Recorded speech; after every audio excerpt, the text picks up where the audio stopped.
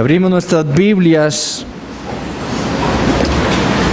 en la epístola a los Hebreos capítulo 4.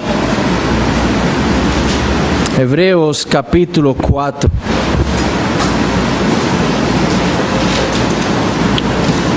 Vamos a leer los versículos 14 al 16. Dice así: por tanto, teniendo un gran sumo sacerdote que traspasó los cielos, Jesús, el Hijo de Dios, retengamos nuestra profesión. Porque no tenemos un sumo sacerdote que no pueda compadecerse de nuestras debilidades, sino uno que fue tentado en todo según nuestra semejanza, pero sin pecado. Acerquémonos pues confiadamente al trono de la gracia, para alcanzar misericordia y hallar gracia para el oportuno socorro. Como hemos visto hasta ahora, esta carta, o mejor dicho, este sermón, le fue escrito a una iglesia que se encontraba en un grave peligro espiritual. Esta congregación, que estaba compuesta en su gran mayoría por judíos que se habían convertido al cristianismo, ahora, por causa de Cristo, por causa de su fe, de esa nueva fe que habían abrazado ahora, estaban experimentando una gran persecución. Y por las burlas de sus familiares y sus amigos, por el rechazo de la sociedad, las injusticias que estaban sufriendo por parte del Imperio Romano, muchos de ellos ya se habían vuelto al judaísmo y habían apostatado. Pero el gran peligro y lo que le hizo tan urgente a este pastor escribirle a esta congregación es que aún habían entre ellos personas que, profesando fe en el Señor Jesucristo, estaban pensando en seguir el mismo camino. Y con el deseo de volver a reconciliarse con sus padres, con sus hijos, con sus amigos, los cuales inicialmente quizás los habían rechazado por haber abrazado la fe cristiana. Y con el deseo de verse aceptados por el mundo y no perder esas posesiones materiales por las cuales habían trabajado tanto, estaban dispuestos a darle la espalda al Señor Jesucristo y lo estaban considerando. Y como hemos visto hasta ahora, estaban buscando cualquier excusa para cuestionar la superioridad de Cristo y por lo tanto la superioridad del cristianismo versus el judaísmo. Su temor, su deseo por complacer a sus familiares, su amor por el mundo, estaba poniendo en ellos dudas con respecto a la supremacía del Señor Jesucristo. A pesar de haber escuchado las verdades del Evangelio de Cristo, esas buenas nuevas de Dios para ellos, de parte de los apóstoles, como dice el autor en Hebreos 2, habiendo Dios testificado este mensaje, juntamente con ellos, como dice en Hebreos 2:4, con señales y prodigios y diversos milagros y repartimientos del Espíritu Santo, muchos de ellos persistían en negar que este camino era superior al judaísmo. Y estaban argumentando que los profetas del Antiguo Testamento, que los ángeles, que Moisés y hasta el mismo Josué eran superiores de una u otra manera a Jesús.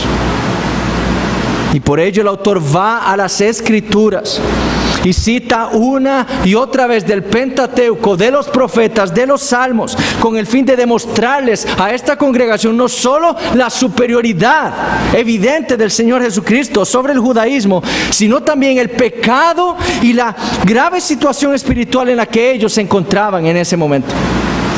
Porque las Escrituras establecían con toda claridad que Jesús era infinitamente superior a los profetas. Ellos habían hablado de parte de Dios a Israel, pero habían hablado acerca de Jesús. Y además Jesús era la revelación perfecta del Dios del Antiguo Testamento. También era infinitamente mejor que los ángeles, como ya hemos visto. Él es Dios. Él había creado a esos ángeles. Los ángeles le ministraban a Él, le servían al Señor Jesucristo. Eso demostraba su superioridad sobre ellos. Pero sobre todas las cosas, ningún ángel podía haber hecho lo que Jesús, y solamente Jesús podía hacer por los pecadores como nosotros. Solamente Él. Pero sobre todo Jesús, dice el autor, era infinitamente superior a Moisés. Ciertamente Moisés había sido comisionado, había recibido el apostolado de parte de Dios para libertar a Israel de Egipto. Y Dios lo había usado poderosamente, como a ningún otro hombre en la historia de Israel. Pero Moisés le había servido a Dios como siervo. Pero Jesús, a pesar de haber sido el apóstol de Dios, enviado para lograr la redención de su pueblo, le había servido no como siervo, sino como hijo. Y no sobre una casa extraña, sino sobre su propia casa. Y logró nuestra adopción dentro de la familia de Dios, nuestra santificación, y nos hizo partícipes, como dice Hebreos 3:1, del llamamiento celestial. Eso fue lo que Cristo logró por nosotros, como nuestro apóstol. Por eso él dice, el autor dice, que debemos retener, considerar a Jesús, el apóstol de nuestra profesión. Pero Jesús era también infinitamente mejor que Josué. Josué había sido también el apóstol de Dios para llevar a su pueblo y meterlo en la tierra prometida. Dios le había prometido a Israel darle reposo, y Josué iba a ser aquel hombre que, comisionado por Dios para hacer eso, para meter a su pueblo después de que Moisés muriera. Pero por su desobediencia a Dios, Josué no logró darle reposo al pueblo de Israel. Él no logró darle el reposo prometido a Israel.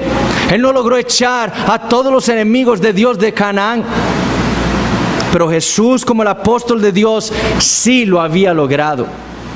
Por su vida perfecta en la tierra y su obra perfecta en la cruz del Calvario, Él sí le había dado el reposo prometido de Dios a su pueblo.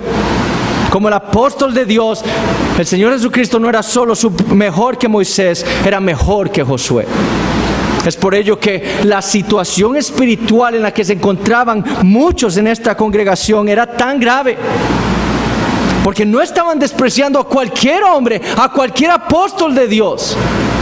Estaban despreciando al Señor, al Dios hombre, al único que les podía dar ese reposo prometido. Y habiendo escuchado todas esas verdades del Evangelio, en lugar de estar fijando sus miradas fijamente, atentamente sobre el Señor Jesucristo, estaban poniendo ahora sus ojos en el mundo y en las cosas del mundo. Ellos querían ahora reconciliarse con sus familiares y amigos, estar bien con ellos. Y como Israel en el Antiguo Testamento, había en ellos un corazón malo de incredulidad. Un corazón, como dijimos hace unas semanas, ambivalente. Y estaban poniendo sus ojos, según ellos, en Jesús y en otras cosas. ¿Por qué no puedo yo, quizás era lo que estaban pensando algunos, amar a Jesús y estar bien con el mundo? Ciertamente mis familiares, mis hijos quizás, mis amigos odian a Cristo. ¿Por qué no puedo yo amar a Jesús y estar bien con ellos? A pesar de que ellos odian al Señor Jesucristo y que lo rechacen y me rechacen a mí por eso. ¿Qué tiene eso de malo? ¿Qué tiene de malo ser cristiano y complacer a mi familia?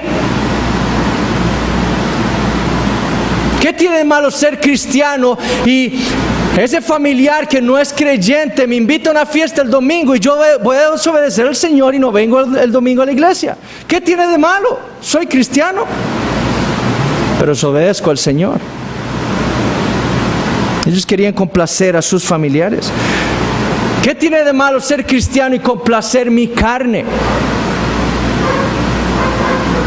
Y por su rebeldía, por no escuchar con fe la voz del Señor Jesucristo, por no estar mirando con los ojos de la fe atentamente a nuestro Señor, estaban poniendo sus almas en peligro. Poniendo sus ojos en el mundo, se estaban ahora deslizando, como vimos en Hebreos capítulo 2. Y el peligro era que, creyendo ser salvos, creyendo ser cristianos, en realidad se iban a perder en el infierno y no iban a entrar en el reposo prometido de Dios, por no estar siguiendo con fe al Señor Jesucristo, al apóstol de nuestra profesión. Y ese es todo el punto del autor en este sermón. El punto es que debido a la superioridad de Jesús, por sobre todas las cosas, lo único que le queda al creyente es, como lo dice el autor en Hebreos 3:1, es considerar al apóstol y sumo sacerdote de nuestra profesión, a Cristo Jesús. Debido a que Él es superior a todas las cosas, lo único que nos queda a nosotros es hacer eso: considerar única y exclusivamente a nuestro Señor. Y el autor acaba de terminar con su argumento estableciendo precisamente eso. Debemos considerar a Jesús como nuestro apóstol, el apóstol de nuestra profesión. A Él Dios lo envió para salvarnos, y a Él debemos considerar. Pero ahora, a partir del versículo 14 del capítulo 4, el autor se va a dedicar a argumentar las razones por las cuales el creyente debe considerar al Señor Jesús como el sumo sacerdote de su fe. Yo no sé si alguno de ustedes alguna vez ha escuchado, quizás los que fueron en algún momento católicos romanos, oír decir que el catolicismo es superior al protestantismo porque ellos tienen sacerdotes. Nosotros, dicen ellos, tenemos solos pastores, simples pastores, pero ellos tienen sacerdotes. Y eso hace, según ellos, superior al catolicismo romano sobre el cristianismo bíblico. Y esos sacerdotes presiden, según la doctrina católica romana, sobre un sacrificio, que en ese caso es la Eucaristía, en el cual parten y hacen sacrificio de Cristo cada domingo. Y ofrecen, junto con esos sacrificios, oraciones a Dios de parte del pueblo o en favor del pueblo. Y eso, según ellos, los hace superiores. Nosotros no tenemos ese sacerdocio, no tenemos esa intercesión, según ellos. Y entonces carecemos de esa ventaja. Ahora, ¿por qué les digo esto? Porque entre más estudio esta carta y entre más medito en el argumento del autor y lo que él les quiso presentar a esta congregación, más me convenzo de que esta era una de las maneras en la que estos hermanos estaban siendo atacados o siendo causa de burla por sus familiares y amigos, por los opositores judíos. Ustedes no tienen un sumo sacerdote como nosotros. ¿Cómo va a ser superior el cristianismo al judaísmo? Ustedes no tienen a alguien que pueda interceder por ustedes cada semana delante de Dios. Nosotros lo podemos ver en el templo. Vamos ahí lo vemos, ahí está Él. Lo podemos tocar, podemos hablar con Él. Cada sábado vemos a este hombre del linaje de Aarón, vestido en esas ropas espléndidas, con su gran barba, esa barba que nos desearíamos muchos, o que desearíamos que nuestras esposas nos dejaran tener, cumpliendo ese gran rol en favor del pueblo de Dios, realizando todos esos sacrificios. Eso es lo que nosotros tenemos como judíos. Ustedes no tienen eso. Ustedes no pueden ver la simpleza de su religión. Nosotros tenemos muchos ritos. ¿No creen entonces que el judaísmo es mejor que el cristianismo? Aquí sí les va a ir bien con Dios. Y muchos, a pesar de haber escuchado, como les dije, el evangelio de parte de los apóstoles y quizás predicado una y otra vez por este pastor, habían creído esa mentira y se habían vuelto al judaísmo pensando que realmente era mejor que el cristianismo, porque ahí ellos podían ver a un sumo sacerdote o a alguien intercediendo por Israel. Y muchos quizás que estaban escuchando este sermón leído por su pastor en este momento estaban pensando quizás que los judíos tenían razón. Y estaban pensando en apostatar, en darle la espalda a Cristo, porque habían olvidado lo que habían escuchado. Y estaban realmente creyendo que el cristianismo carece de un sumo sacerdote. Y recordemos que el sumo sacerdocio para Israel era de suma importancia. De hecho, era vital para el pueblo de Israel tener un sumo sacerdote. El sumo sacerdote era la persona que Dios escogía para que él pudiera relacionarse con su pueblo. Ese hombre era un mediador entre Dios y los hombres. Él ofrecía sacrificios para que Dios perdonara a su pueblo. Ofrecía oraciones de intercesión para que Dios no los matara por completo por causa de sus pecados. Y por el contrario, fuera propicio a ellos. Y la realidad es que si un hombre se va a relacionar con Dios, necesita de un mediador. Esa es una realidad. Ningún hombre, por más ateo que sea, podrá jamás relacionarse con Dios si no es por medio de un mediador. Y eso fue lo que Israel había aprendido. Eso fue lo que Dios le había enseñado a Israel con todo ese sistema sacerdotal y con todo ese sistema de sacrificios que estableció por medio de Moisés. Si ellos iban a ser el pueblo de Dios, debían tener un mediador que los acercara a Dios y que proveyera todo aquello que se necesitaba para que Dios perdonara sus pecados y volviera su ira en gracia. Y estoy convencido de que esta era una burla o un comentario de menosprecio de esos opositores judíos hacia estos hermanos. Y por eso estaban sufriendo tanto y por eso estaban teniendo tantas dudas. Y estoy convencido de esto no solo por la manera en la que el autor escribe en el versículo 14. Noten sus palabras y traten de imaginar su entonación. Esto es un sermón. Por tanto, teniendo un gran sumo sacerdote que traspasó los cielos.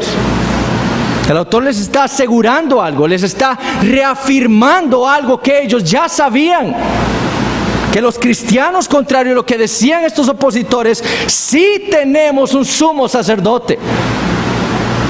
Además, el argumento del autor con respecto al sumo sacerdocio de Cristo va desde el versículo 14 del capítulo 4 hasta el versículo 23 del capítulo 10. La defensa del sumo sacerdocio de Jesús va a incluir la mayor parte de este sermón. Es por eso que creo que esa era una de las grandes burlas que estaban enfrentando esta congregación.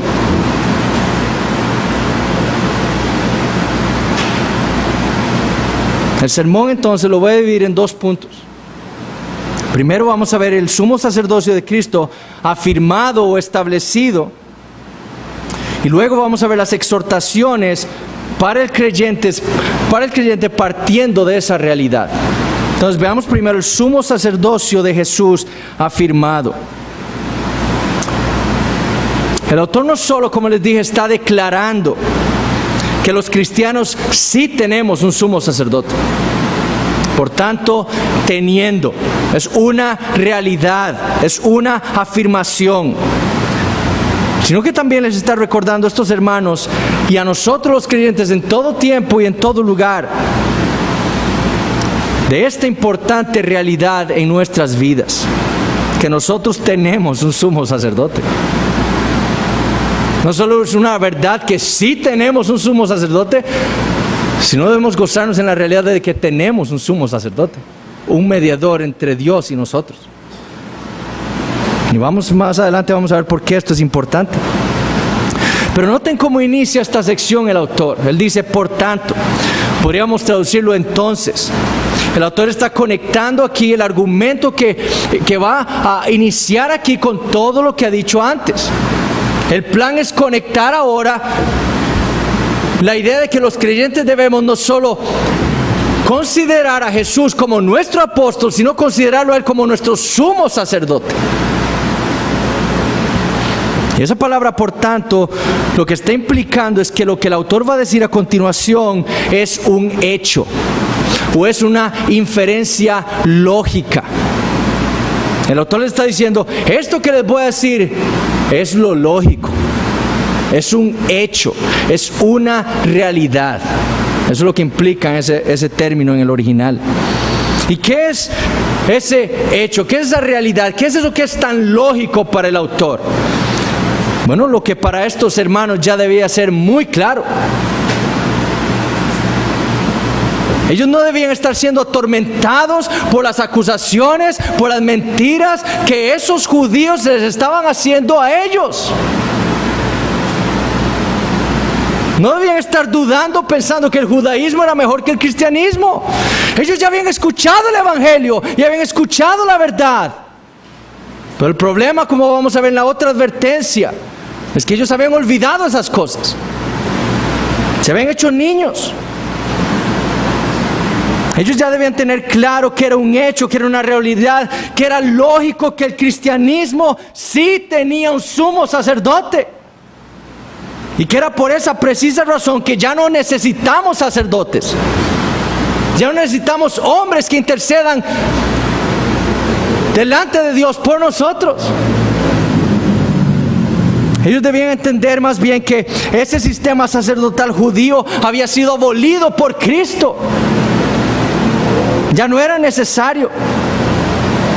Y de la misma manera nosotros debemos entender que ese sistema sacerdotal de Roma está abolido, no sirve para nada. Porque nosotros tenemos un sumo sacerdote suficiente y capaz. Y la razón para estos hermanos entonces y para nosotros ahora es que el pueblo de Dios ya tiene un sumo sacerdote y por lo tanto ya no hay necesidad de otro sacerdote o de otros sacerdotes intercediendo por el pueblo de Dios. No necesitamos a otro hombre que haga sacrificios por nosotros. No necesitamos a otro hombre que haga oraciones a Dios por nosotros. No necesitamos a otro hombre a quien le debamos confesar nuestros pecados para ser perdonados por Dios. Porque lo que afirma el autor es que el cristiano tiene a Cristo. Él es nuestro sumo sacerdote y por lo tanto no necesitamos otro mediador. Esta realidad, hermanos, es lo que nosotros debemos comprender hoy. Esto es lo que debemos considerar hoy, que tenemos un sumo sacerdote en Cristo Jesús. Pero notemos también lo que afirma el autor con respecto a nuestro sumo sacerdote. No solo afirma que el cristianismo sí tiene un sumo sacerdote y por lo tanto esas mentiras que decían los judíos eran mentiras. Nosotros sí tenemos un sumo sacerdote, a Jesús. Pero también el autor procede a describir ese sacerdocio de Cristo. Y noten lo que él dice. Primero, el autor dice que ese sumo sacerdote es nuestro. El autor dice teniendo. Literalmente es poseyendo. Y esta es una de las más grandes maravillas de la vida cristiana. Nosotros poseemos a este sumo sacerdote. Es suyo, es mío, es nuestro. No se trata de que tenemos una relación lejana con Él. No se trata de que simplemente sabemos quién Él es. Se trata de que nuestra relación con el sumo sacerdote es tan cercana que Él es nuestro y nosotros suyos. Y ese término que el autor usa aquí nos recuerda la realidad de nuestra unión con Cristo, con nuestro sumo sacerdote. Esa unión vital para nuestra salvación, esa unión creada por el Espíritu Santo. Él y nosotros somos uno. Él nos posee a nosotros y nosotros le poseemos a Él. Y es esta realidad, la realidad de todo cristiano. Nosotros poseemos un sumo sacerdote. El judío no podía decir esto de su sumo sacerdote. ¿Ustedes sabían eso? Él no le poseía. Cuando tenía algún problema, tenía que irlo a buscar. Y si el sacerdote tenía cosas que hacer, no lo podía atender. Cuando estaba débil, estaba siendo tentado, necesitaba ayuda espiritual. Tenía problemas porque él no poseía a ese sumo sacerdote, no era suyo. Pero no es así con el creyente. La realidad es que nosotros poseemos a Cristo como nuestro sumo sacerdote. Y eso nos debe hacer ver la ventaja del cristianismo por sobre cualquier otra religión. Especialmente cuando enfrentamos alguna necesidad o cuando estamos débiles, siendo tentados. Porque no tenemos que andarlo buscando, Él es nuestro. Él está con nosotros, somos uno con Él. No tenemos que andar buscando desesperados, quizás como los judíos hacían, buscando al su sumo sacerdote. Segundo, Él no es cualquier sumo sacerdote. Notemos cómo lo describe el autor, teniendo un gran sumo sacerdote. Él no es cualquier sumo sacerdote, no, Él es un gran sumo sacerdote. Y la palabra que usa el autor es mega. Y lo que quiere decir es que este sumo sacerdote del cristiano es ilustre, es dignísimo, es excelentísimo.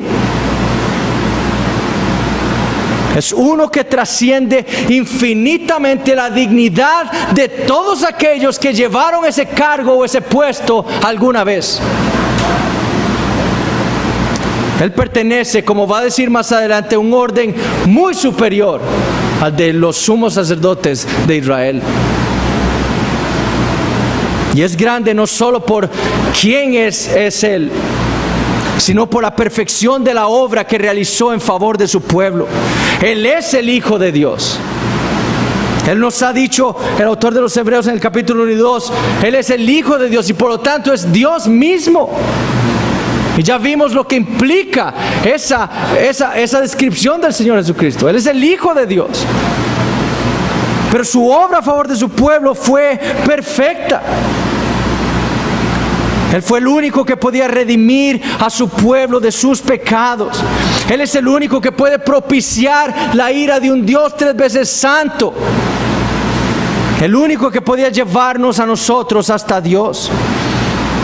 En este nombre, decía Calvino, comentando de este pasaje, está inherente la majestad que nos lleva al asombro y a la obediencia. En este nombre, hermanos, Jesús es nuestro sumo sacerdote. Si usted ha entendido lo que el autor ha dicho acerca de Él hasta este momento en la epístola, esta verdad debe dejarnos a nosotros asombrados por su majestad, por su excelencia. Y nos debe llevar a nosotros a buscar serle obedientes a Él. Porque Él no es cualquier sumo sacerdote.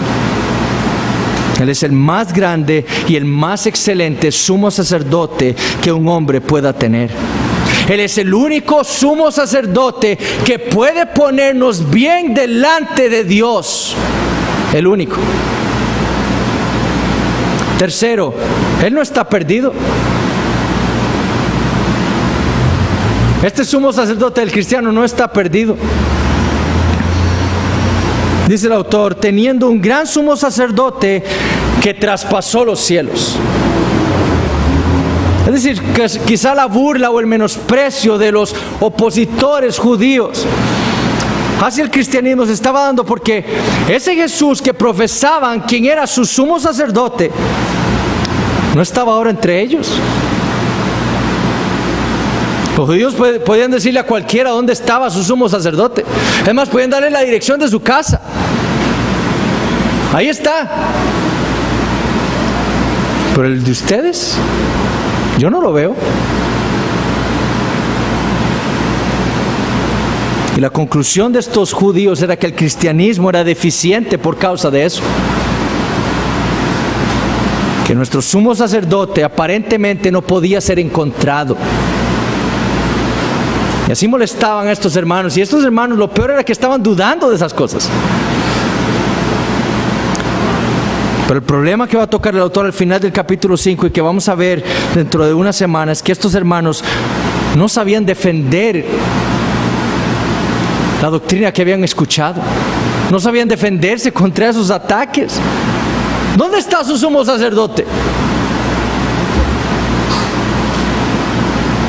La realidad era que Jesús, el sumo sacerdote del cristiano, no estaba en medio de ellos por una sencilla razón. Él había traspasado los cielos. Literalmente Él pasó por en medio de los cielos.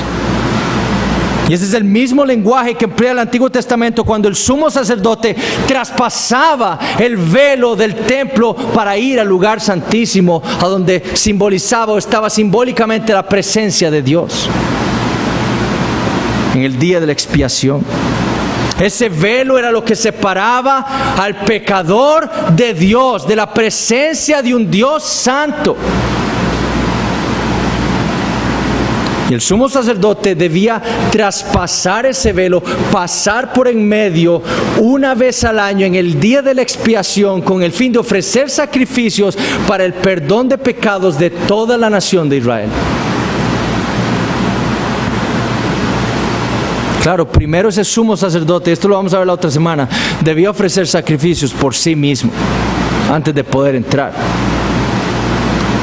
Bueno, el autor, afirmando que Jesús traspasó los cielos, desea enfatizar al menos 3 cosas con respecto al sacerdocio de Jesús.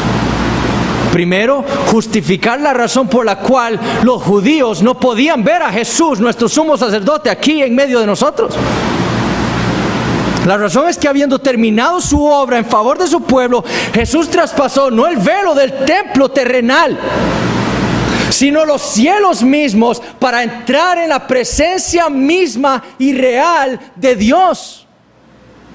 Él no entró al lugar en donde se simbolizaba, estaba la presencia de Dios.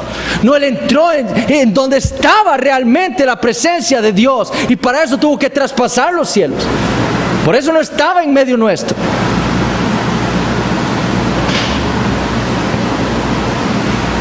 Segundo, el autor también desea mostrar la superioridad de Jesús sobre Aarón y sobre el sacerdocio de Aarón.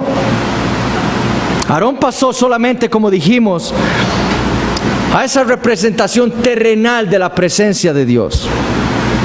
Pero Aarón debía salir una vez que terminaba su ministerio ahí. Es decir, Aarón sacrificaba al animal para expiar los pecados de todo el pueblo y tenía que salir de allí, porque si no moría. Pero Jesús pasó delante de la presencia misma de Dios y ahí está. Él no tiene que salir. Por eso está ahí, por eso no lo podemos ver, porque Él está sentado a la diestra de la majestad. Él no tiene que salir, porque Él es perfecto. Él es infinitamente mejor que todos esos sumos sacerdotes judíos. Tercero, el autor también desea mostrar la superioridad del sacrificio hecho por el Señor Jesús. Si su sacrificio en la cruz a favor de su pueblo no hubiera sido aceptado por Dios, Él no hubiera podido traspasar los cielos. Porque si su sacrificio no hubiera sido aceptado por Dios, Dios estaría diciendo: usted ha pecado contra mí y no puede venir delante de mi presencia. Pero el hecho de que Él traspasó los cielos y está sentado a la diestra del Padre implica, es Dios diciéndole a su pueblo: este sacrificio es perfecto, lo he aceptado y por eso mi Hijo está aquí conmigo. Muy superior a los sacrificios que Aarón y todo su linaje hizo por años, por días, en favor de Israel.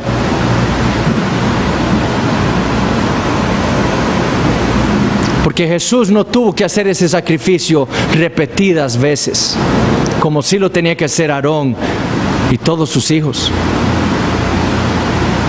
La superioridad de Jesús sobre el sacerdocio judío estaba manifestado claramente en ese sacrificio único que ofreció nuestro sumo sacerdote en favor nuestro. Y fue tan perfecto que no hay necesidad de otro sacrificio más. ¿Por qué entonces nosotros no tenemos de una manera visible a nuestro sumo sacerdote en medio nuestro? Porque Él está en el cielo. Ahí es donde Él está. delante de la presencia de Dios mismo. Y ahí, como cantamos ahora, por siempre vivirá. Por siempre vivirá. Vivirá perpetuamente intercediendo en favor de su pueblo. El sumo sacerdote de ustedes es lo que ellos debieron haberle contestado a esos judíos cuando se estaban mofando del sumo sacerdocio de Cristo. Está aquí en la tierra. Es más, muere y hay que poner otro. Pero mi sumo sacerdote, nuestro sumo sacerdote, está en los cielos, sentado a la diestra del Padre, intercediendo por mí perpetuamente y para siempre. ¿Quién es superior? ¿Mi sumo sacerdote o el suyo? Pero se quedaron callados. Es el gran problema que tenía esta congregación. Cuarto, este sumo sacerdote nuestro no es un hijo cualquiera. Él les recuerda a Jesús, el Hijo de Dios, en el versículo 14. Este hombre que habían dado por el mundo unas décadas antes, del que dieron testimonio los apóstoles, que fue crucificado en el monte Calvario, que sufrió, que sangró, que fue golpeado, que fue escupido. Ese hombre que se llamó Jesús. Y recuerden que por eso es que el autor usa ese nombre ahí, para recordarnos de su humanidad. No era un hijo de Aarón. Él era el Hijo de Dios. Muy diferente a los sacerdotes judíos. Si un hombre iba a ser sacerdote en Israel, debía ser un hijo de Aarón, o del linaje de Aarón. Pero nuestro gran sumo sacerdote no es hijo de Aarón. Nuestro Jesús es mejor que Aarón.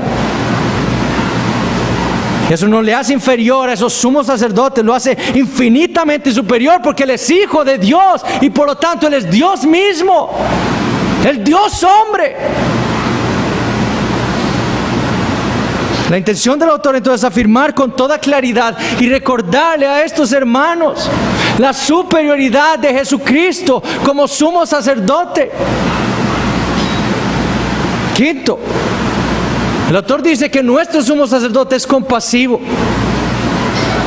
Él dice, porque no tenemos un sumo sacerdote, en el versículo 15, que no pueda compadecerse de nuestras debilidades, sino uno que fue tentado en todo, según nuestra semejanza, pero sin pecado. Es decir, ciertamente este Jesús, nuestro sumo sacerdote, está ahora en los cielos. Por la obra perfecta que logró en nuestro favor, está sentado ahí a la diestra del Padre. Sin embargo, el cristiano no debe pensar jamás que Él está lejos de nosotros.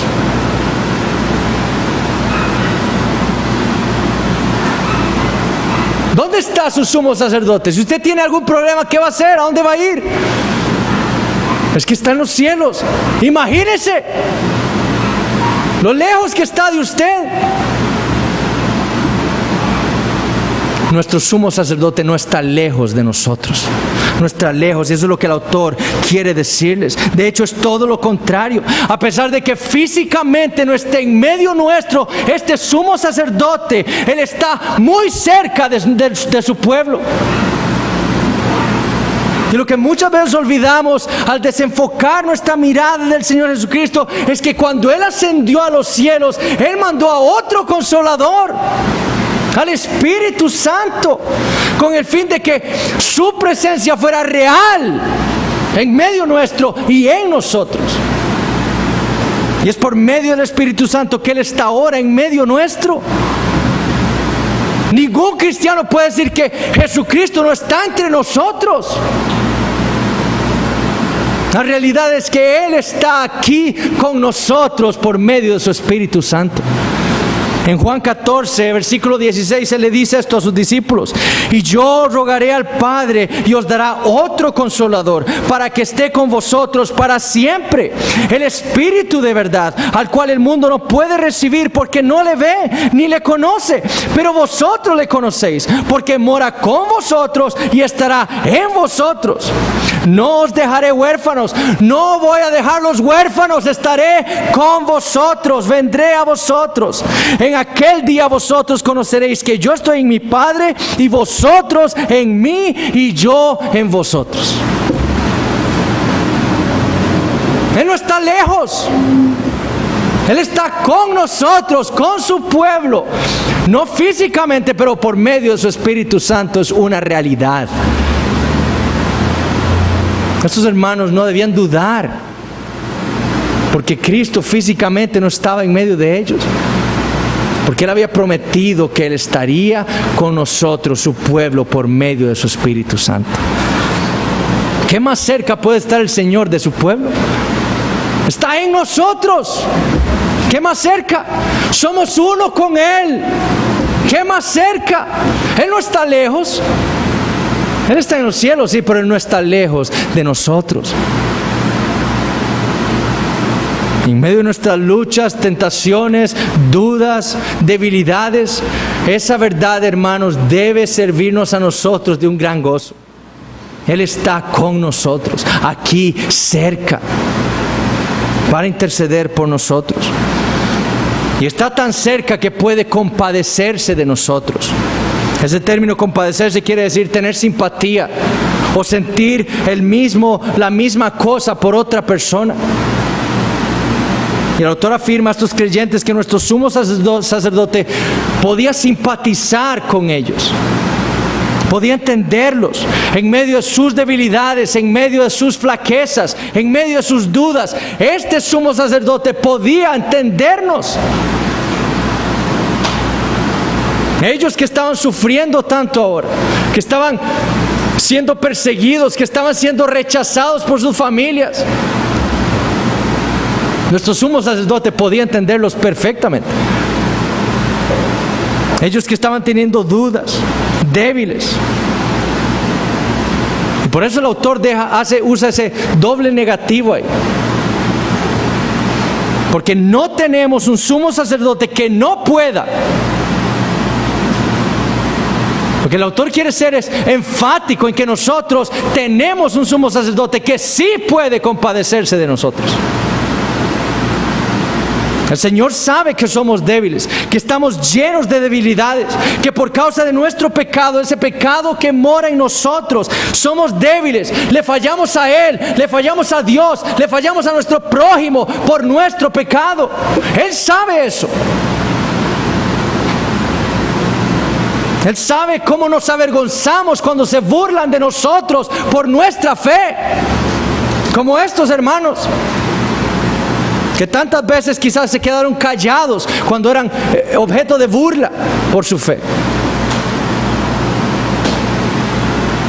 La verdad para el creyente es que nuestro sumo sacerdote puede compadecerse de nosotros, Él puede entendernos. Es por ello que al final del capítulo 2 el autor dice que Él vino a ser en todo semejante a sus hermanos para venir a ser misericordioso y fiel sumo sacerdote en lo que a Dios se refiere. Y fue en todo semejante a nosotros. Para eso fue que se encarnó. Para eso fue que la segunda persona de la Trinidad bajó del cielo y tomó carne y huesos y se hizo hombre, para poder compadecerse de nosotros, para poder sentir lo mismo que sentimos nosotros en nuestra debilidad. Y fue en todo semejante a nosotros, hasta en nuestras tentaciones. Nadie podrá decirle jamás al Señor: es que usted no puede entender lo que estoy pasando. Nadie. Porque en todo fue hecho semejante a nosotros. En todo. En Mateo capítulo 4, cuando el Señor es llevado por el Espíritu Santo al desierto para ser tentado por Satanás. Satanás lo tentó con todo lo que tienta a los hombres: la codicia, el poder y el orgullo. Y Jesús venció. Pero Él entiende nuestras tentaciones. Él puede entender nuestra debilidad, porque Él mismo fue tentado. cada vez que estamos siendo tentados, cada vez que estamos dudando, cada vez que estamos flaqueando en nuestra fe, debemos reconocer esto: Él puede compadecerse y se compadece de nosotros. Él sabe lo que estamos pasando. Él pasó por lo mismo. Sin embargo, a diferencia nuestra, y esto es nuestra esperanza, Él fue tentado en todo, pero sin pecado. Esa es nuestra esperanza. Él sabe nuestra debilidad, Él sabe lo que estamos siendo tentados, pero nuestra esperanza es que Él nunca pecó. Ciertamente Él era un hombre verdadero, un hombre de carne y hueso, y nadie lo puede negar. Él murió. Pero a diferencia de nosotros, Él era perfecto. Cordero sin mancha y sin contaminación, dijo el apóstol Pedro en 1 Pedro 1. Esa es la esperanza de todo creyente, que en medio de nuestros sufrimientos, en medio de nuestras debilidades, en medio de nuestras aflicciones, tentaciones, tenemos un sumo sacerdote en Jesús que puede compadecerse de nosotros y por ser perfecto puede ayudarnos, como vamos a ver más adelante. Los judíos no podían afirmar eso de Aarón, ni del sumo sacerdote que estaba ministrando en este tiempo en el templo. El sumo sacerdote de este hombre era tan pecador como ellos. Él debía matar, sacrificar un animal antes de poder expiar por el pueblo, porque él era un pecador, pero Cristo no. Cristo es sin pecado, perfecto. Jesús podía compadecerse. Y una de las más grandes críticas y regaños del Señor Jesucristo hacia el liderazgo y los sacerdotes, especialmente en Israel, era su falta de compasión. En Marcos 12 nosotros leemos de una viejita. Una viejita podía entrar en el templo, no tenía que comer, estaba sola, una viuda, sin un centavo. Y los sacerdotes persistían en engañarla y decirle: pacte con Dios, demuéstrele a Dios que usted cree en Él y eche esa última moneda en el arca de la ofrenda. ¿Ustedes creen que el Evangelio de la Prosperidad es nuevo? Eso era lo que predicaban estos sacerdotes en el templo. Y la viejita echó su moneda. Su fin no era compadecerse de esta viejita, no era ayudarla, no era ayudar al pobre y necesitado, era hacerse ricos. Y el Señor Jesús critica de tal manera esa falsa religión que cuando salen del templo en Marcos 12, les dice a sus discípulos: ven todas estas piedras, no va a quedar ni una sola. Esa falsa religión va a ser destruida, abolida. Y Dios va a demostrar que detesta ese falso mensaje que están dando aquí. Pero ellos no podían compadecerse. Jesús sí puede compadecerse de nosotros, pero sin pecado. Habiéndose encarnado, habiendo sido tentado en todo, Él sí puede comprendernos. ¿Usted cree que Jesús no entiende lo que usted está pasando? ¿Usted cree que Jesús no entiende esa tentación que está viniendo de su carne o de Satanás? ¿No cree usted que Jesús puede entender eso? Para eso se encarnó. Él puede entenderlo. No piense jamás que Jesús no puede entender lo que usted está pasando. Jesús experimentó eso a la millonésima vez. Pues Satanás sabía con quién estaba lidiando. Con Jesús, el Hijo de Dios, el Dios hombre, el hombre perfecto. Ahora veamos la exhortación. Las excelencias de nuestro Señor Jesucristo como nuestro sumo sacerdote son tales que al autor no le queda otra cosa que exhortar a estos hermanos.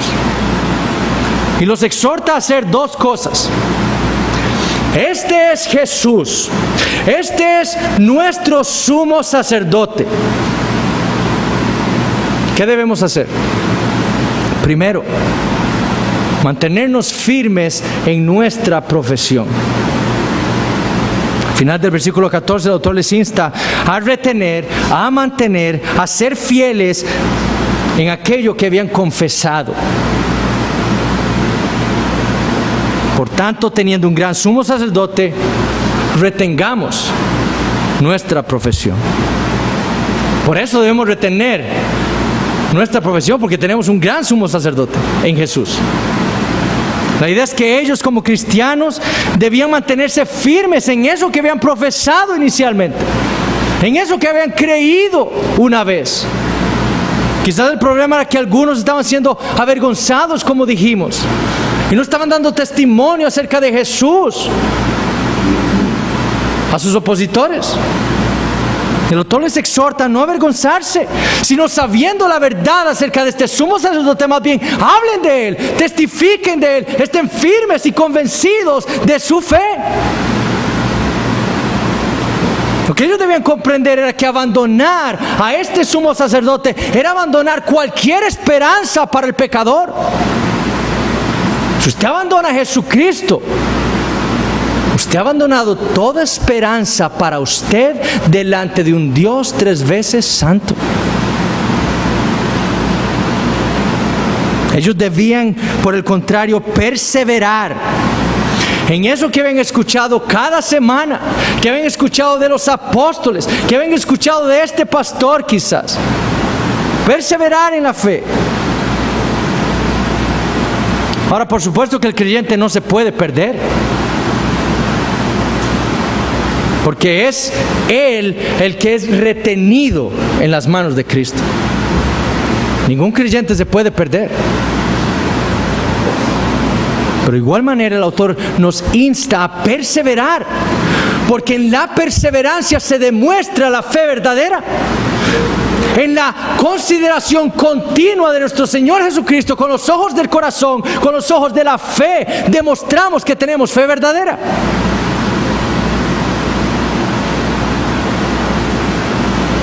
A pesar de todo el sufrimiento, a pesar de las persecuciones, de las burlas, de la oposición, el verdadero creyente retendrá su confesión. Las aflicciones, las tribulaciones, las riquezas, el mundo, solo van a probar a los verdaderos creyentes. Es como en la parábola del sembrador, en Mateo capítulo 13. Algunos habían recibido la palabra de Dios, dice el Señor. Aparentaban ser cristianos y la reciben, dice, con gozo. Pero viniendo la aflicción o la persecución, el afán de este siglo, el engaño de las riquezas, ¿qué dice de Jesús? Tropiezan. Y la palabra no sigue teniendo efecto en ellos. Y desechan lo que habían confesado. ¡Amo a Cristo! ¡Vamos a la iglesia! Aflicciones, ya no más. La fe verdadera se prueba en que en las aflicciones, en las tribulaciones, venga la riqueza, venga la pobreza, venga el dolor, venga la angustia, venga la tentación, venga lo que venga, el creyente permanecerá confesando al Señor Jesucristo como su amo.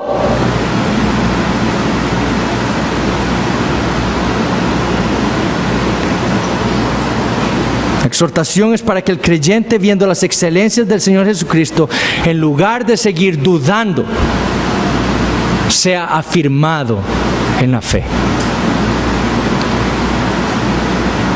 Ve a este sumo sacerdote. Deje de dudar. Deje de dudar que no puede ayudarlo. Deje de dudar que no puede darle victoria. Él le puede dar victoria. Él es el libertador. Él es el gran sumo sacerdote de nuestra profesión. Confíe en Él. Segundo, la otra exhortación es acercarnos al trono de la gracia. Versículo 16. Acerquémonos pues confiadamente al trono de la gracia para alcanzar misericordia y hallar gracia para el oportuno socorro. De nuevo, sabiendo las excelencias de Jesús como nuestro gran sumo sacerdote, no nos queda otra cosa a nosotros los creyentes que acercarnos a aquel a quien Jesús nos ha acercado. ¿Cierto? El apóstol Pedro le escribió a las iglesias en Asia: porque también Cristo padeció una vez por los pecados, el justo por los injustos, para llevarnos a Dios.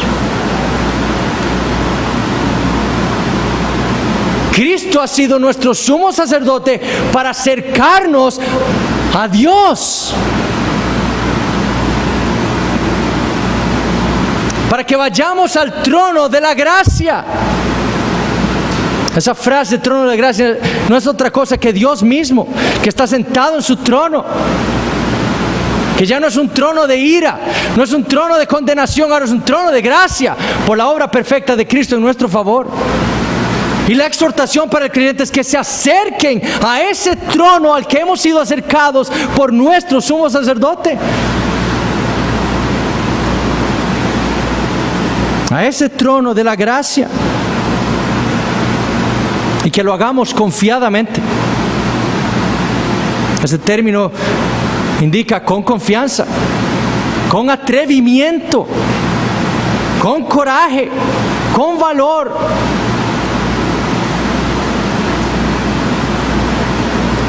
Sabiendo usted quién es su sumo sacerdote, ¿cómo se va a acercar usted al trono de la gracia?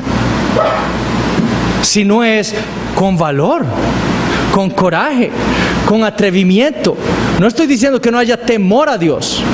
Estoy diciendo que debe haber una confianza en que su sacrificio, su obra en mi favor es perfecta.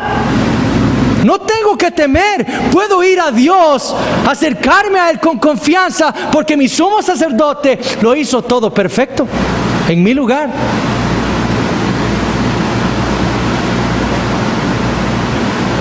El autor no está hablando aquí del perdón de pecados. Él está hablando de acercarnos confiadamente a Dios para solicitar todo aquello que necesitamos en medio de nuestras tentaciones, aflicciones, tribulaciones, persecuciones. Cuando necesitemos algo, acérquese confiadamente a Dios y pídale, confiando en nuestro sumo sacerdote, teniendo fe en Él, considerándolo a Él y su obra perfecta. Nos acercamos a Dios para obtener misericordia y hallar gracia con el fin de sobrepasar todos esos momentos de debilidad que estamos pasando. Noten que eso es lo que afirma el autor: para alcanzar misericordia y hallar gracia para el oportuno socorro. El creyente siempre necesita la misericordia y siempre necesita la gracia de Dios para todo. Pero especialmente la necesitamos en momentos de debilidad, de dudas, de aflicciones, de tribulaciones.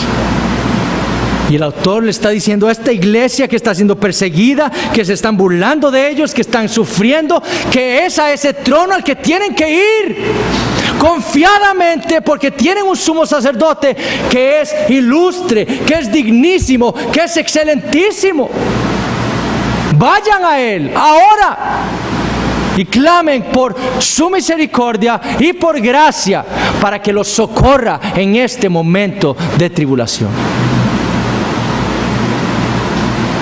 Es triste cuando uno habla con alguien que profesa ser cristiano y persiste dudando. Persiste dudando si el Señor lo podrá perdonar. Persiste dudando si el Señor lo podrá ayudar. Persiste dudando si debe hacer esto o aquello.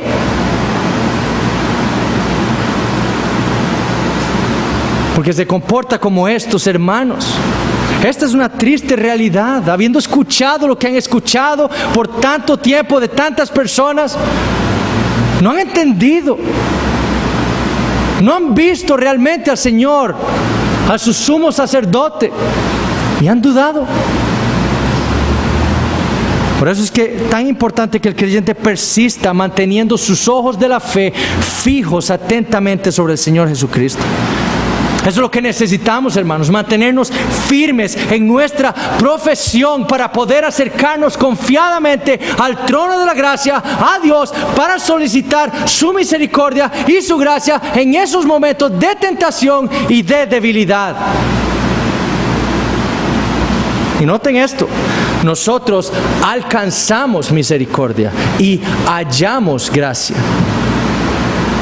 Esto no es algo que merecemos. Ese lenguaje es un lenguaje totalmente del Antiguo Testamento. Y Noé halló gracia delante de los ojos de Dios. La gracia no se merece, no se llega a merecer, se halla. Es Dios quien la da. Y nosotros, confiando en las perfecciones de nuestro sumo sacerdote, vamos y nos acercamos a Dios y clamamos para que nos regale de su misericordia y su gracia, para que en este momento de debilidad yo pueda salir victorioso, no para mi gloria, sino para su gloria. Para que el mundo, viéndome a mí tribulado, afligido, en medio de mi debilidad, luchando contra tantas tentaciones, pueda decir: ¡qué gran Dios tiene esa persona! Porque a Él clamó y le oyó y pudo vencer. Pero yo sigo esclavizado. Usted debe acercarse confiadamente al trono de la gracia. ¿Cree usted entonces realmente quién es el Señor Jesucristo? Entonces, puesto que tenemos un gran sumo sacerdote, uno que se ha puesto en nuestro lugar delante de Dios, uno que ha expiado nuestros pecados, uno que ha derramado su sangre por nosotros, uno que está intercediendo por nosotros en el cielo, uno que es ilustre y distinguido, uno que ha entrado delante de la presencia misma de Dios, uno que es el Hijo de Dios y por lo tanto Dios mismo, uno que se dispuso a encarnarse con el fin de compadecerse de nosotros en medio de nuestras pruebas, uno que siendo tentado se mantuvo firme y fiel y perfecto, sin pecado, uno que es puro y santo. Entonces perseveremos en la fe, no le abandonemos. No dejemos de andar como es digno del llamamiento con el que fuimos llamados, como dice Pablo en Efesios 4:1. Ejercitémonos en ir constantemente a Dios, al trono de la gracia. Cada vez que estemos tentados, cada vez que nos sintamos débiles, cada vez que necesitemos su ayuda, vayamos confiadamente a Él. No confíe en usted mismo, no confíe en sus obras, no confíe en sus fuerzas, confíe en Cristo, en ese sumo sacerdote que Dios le ha dado a su pueblo. Y vaya a Él, al trono de la gracia, a Dios, y clame por misericordia, porque ese sumo sacerdote nuestro está a la diestra del Padre intercediendo por nosotros, diciendo al Padre: dale esto, dale misericordia, dale tu gracia para vencer. Esa verdad no era solo necesaria para estos ex judíos, es necesaria para nosotros el día de hoy, en nuestras circunstancias, porque nosotros, como ellos, fallamos, somos débiles, dudamos constantemente. Vivimos en un mundo malo, un mundo que desea que apostatemos, un mundo que desea que dejemos de mirar al Señor Jesucristo y pongamos nuestros ojos en el mundo. Y cuando pecamos, cuando fallamos, cuando somos débiles, cuando dudamos, debemos saber, debemos recordar que tenemos un sumo sacerdote.